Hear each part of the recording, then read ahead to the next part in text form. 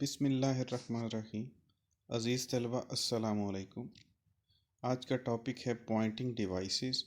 लेकिन इस टॉपिक को स्टार्ट करने से पहले मैं बहुत सारे बच्चों की एक कन्फ्यूजन दूर कर दूं। वो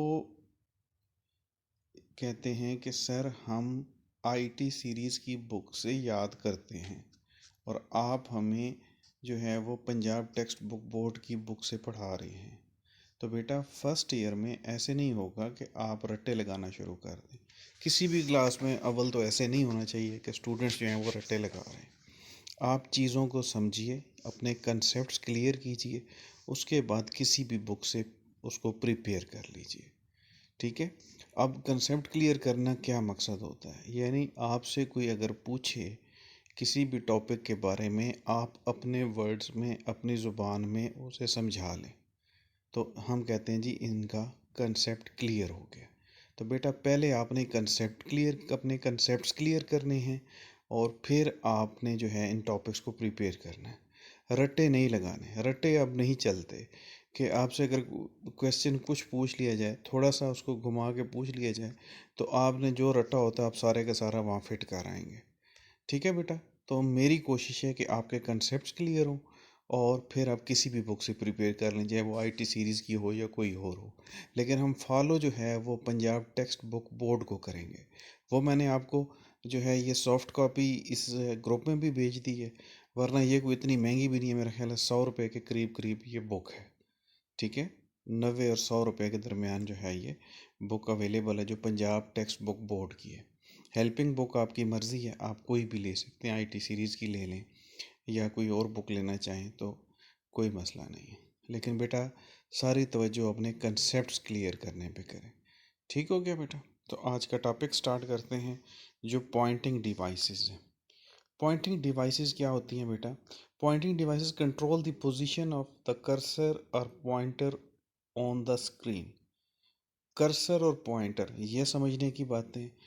ठीक है बेटा। पॉइंटर क्या है? जैसे आप माउस मूव करते हैं, एक एरो सा मूव हो रहा होता है, उसको हम कहते हैं पॉइंटर। ठीक है। और कर्सर क्या होता है? जैसे आप वर्ड में या किसी भी जगह पे टाइपिंग कर रहे होते हैं, तो एक जो है वो लाइन सी ब्लिंक कर रही होती है। ठीक है। उसको हम कहते हैं कर्सर। ठीक है। पॉइंटर और कर्सर में फ़र्क है। तो इनकी पोजीशंस को कंट्रोल करने के लिए पॉइंटिंग डिवाइसेस यूज़ होती हैं। पॉइंट वैसे भी हम कहते हैं ना कि ही इज़ पॉइंटिंग मी, यानी वो मेरी तरफ इशारा कर रहा है। ठीक है। तो इसमें बेटा सबसे पहले जो डिवाइस, अब ये आप एक दफ़ा अगर ख़ुद भी पढ़ लेना तो ये टॉपिक्स जो हैं कोई इतने मुश्किल नहीं है कि इनमें कोई बात समझाई जाए। लेकिन बुक में है तो चलें मैं आपको कुछ ना कुछ साथ बताता हूँ, वरना ये टॉपिक्स तो ऑलरेडी आपके प्रिपेयर्ड होंगे। माउस से कौन फेमिलियर नहीं होगा? ठीक है बेटा। माउस जो है क्या है? एक इनपुट डिवाइस है, पॉइंटिंग के लिए यूज़ होती है। पॉइंटिंग डिवाइस हम माउस को कहते हैं। पहले पहले क्या होता था, इसके अंदर एक बॉल सी होती थी, वो माउस आप मूव करते थे, जो है वो बॉल रोल करती थी और जो है वो पॉइंटर स्क्रीन पे मूव करता था।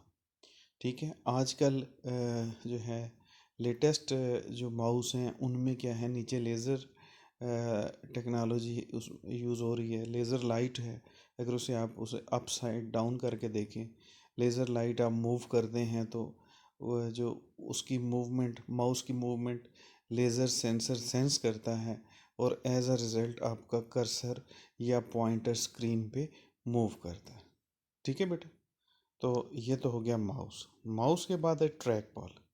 बेटा जैसा कि आपको पता है कि माउस की मूवमेंट के लिए जो है वो स्पेस चाहिए, एक्स्ट्रा स्पेस चाहिए। जब लैपटॉप्स आए तो अब जो है लोग ट्रैवलिंग में भी लैपटॉप्स यूज़ करते हैं और जो है छोटी जगहों पे यानी कम स्पेस वाले टेबल पे यूज़ कर रहे हैं, तो उनके लिए माउस को उस तरह यूज़ करना या साथ इंस्टॉल करना पॉसिबल नहीं था। तो उसके लिए क्या हुआ बेटा, ट्रैक बॉल्स आ गई।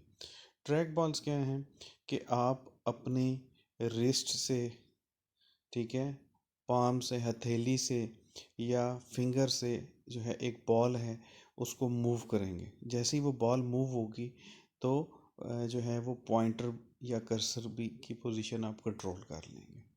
ठीक हो गया बेटा। वरना क्या है, ये कीबोर्ड के अंदर भी ट्रैक बॉल इंस्टॉल होता है। कई कीबोर्ड्स में वो बॉल सब रहा होगा, उसको आप मूव करेंगे। वरना पेन की तरह भी होगा। एक पेन है ऊपर टॉप पे, जैसा रेजर लगा होता है ना आपकी पेंसिल्स पे, इसी तरह का बॉल होगा। आप उसको जो है मूव कर लेंगे अपने फिंगर से, या जो है थंब से मूव कर लेंगे। जैसे ही उसको मूव करेंगे तो कर्सर भी साथ साथ मूव होता चला जाएगा। ठीक है बेटा। और ट्रैक बॉल के बाद नेक्स्ट है पॉइंटिंग स्टिक। पॉइंटिंग स्टिक बेटा, ये भी अगर आप कई कीबोर्ड्स में देखें, अमूमन लैपटॉप्स में आपको GH और B के करीब जो है वो एक अमूमन नीले रंग में होता है ये बटन। ठीक है, इसको भी आप अपनी जो है वो थंब से या फिंगर से कंट्रोल करेंगे, और ये भी जो है माउस की मूवमेंट के लिए यूज़ होता है। जैसे प्रेस करके आप मूव करेंगे, जिस तरफ मूव करेंगे उस तरफ जो है वो कर्सर या पॉइंटर मूव करेगा। ठीक है, अक्सर ज़्यादातर ये लैपटॉप्स पे ये भी अवेलेबल होता है। ठीक है बेटा। उसके बाद है टच पैड। टच पैड तो आजकल जो है हर बच्चे ने लैपटॉप को देखा होगा कि लैपटॉप पे आप जो है अपने फिंगर मूव करते हैं उस टच पैड पे, तो आपका कर्सर जो है वो मूव कर रहा होता है, पॉइंटर मूव कर रहा होता है। ठीक है बेटा। टच स्क्रीन बेटा बहुत सिंपल, आप अपने मोबाइल फ़ोन की स्क्रीन पे जहाँ टच करते हैं, ठीक है, टच से आप इनपुट दे रहे हैं। इसी तरह डिफरेंट जो मॉनिटर्स हैं, ATM के मॉनिटर्स हैं, उनमें भी टच स्क्रीन है। आप स्क्रीन को टच करके इनपुट दे देते हैं। तो टच स्क्रीन तो हर कोई वाकिफ़ भी है, और प्रैक्टिकली आप लोगों ने यूज़ भी की हुई है। उसके बाद बेटा लाइट पेन है। इलेक्ट्रिक लाइट पेन भी इसे कहते हैं और लाइट पेन भी कहते हैं। तो ये क्या है कि आप पेन है आपके मॉनिटर से अटैच्ड होता है, और आप क्या करेंगे कि उसकी मदद से आप इनपुट कर सकते हैं। फॉर एग्ज़ाम्पल एक मैप है, उसमें मैं कोई इनपुट करना चाह रहा हूँ या कोई अमेंडमेंट करना चाह रहा हूँ, या कोई ड्राइंग है उसमें मैं कोई अमेंडमेंट करना चाह रहा हूँ, तो मैं इलेक्ट्रिक लाइट पेन की मदद से करूँगा। और ये क्या करेगा, उस स्क्रीन को जहाँ पर आप इसको टच करेंगे उन कोऑर्डिनेट्स की ये पोजीशन जो है वो अपने पास रख लेगा, और वहाँ से जहाँ तक आप लेके जाएंगे वहाँ तक लाइन ड्रा कर देगा। आप इसकी मदद से डिफरेंट स्केचेस जो है वो ड्रा कर सकते हैं, अपने सिग्नेचर्स कर सकते हैं। ठीक है, और ये जो होगी आपकी इनपुट उसमें आ जाएगा। फॉर एग्जांपल एक डॉक्यूमेंट है वो बनी हुई, उसमें मैं सिग्नेचर करना चाह रहा हूँ, तो मैं इलेक्ट्रिक लाइट पेन की मदद से अगर सिग्नेचर करता हूँ तो वो उसमें स्टोर हो जाएंगे। कोई मैप है या कोई स्केच है, उसमें कोई अमेंडमेंट करना चाह रहा हूँ या कोई चेंजेस करना चाह रहा हूँ, तो मैं इलेक्ट्रिक लाइट पेन की मदद से बड़ा ईजीली ये कर लूँगा।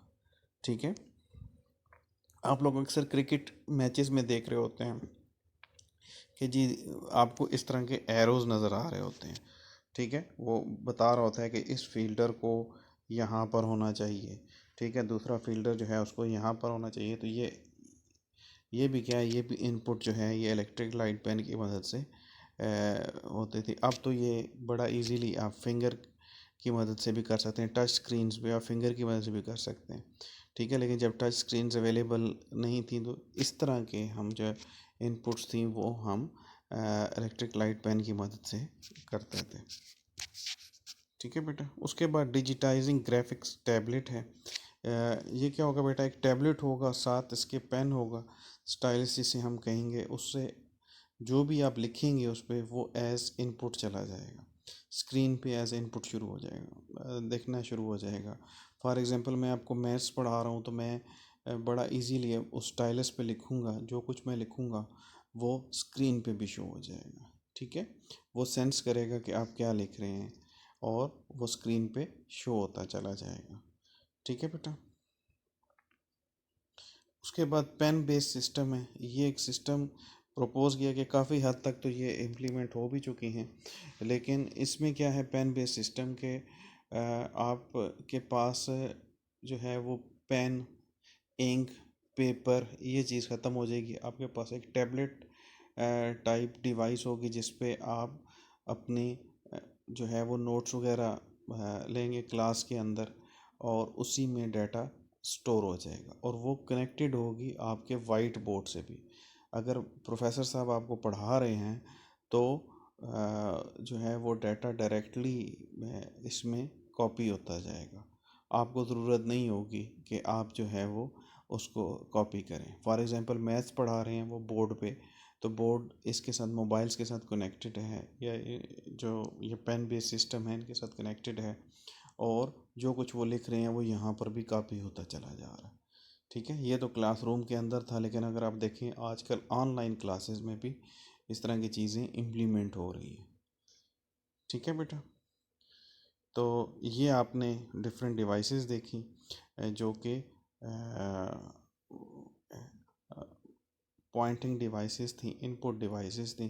तो बेटा ये कोई इतनी मुश्किल नहीं थी, आप अगर इनको एक दफ़ा खुद ही पढ़ते तो ये क्लियर हो जाती, लेकिन बुक में दी हुई हैं तो इसलिए मैंने आपको एक्सप्लेन कर दी।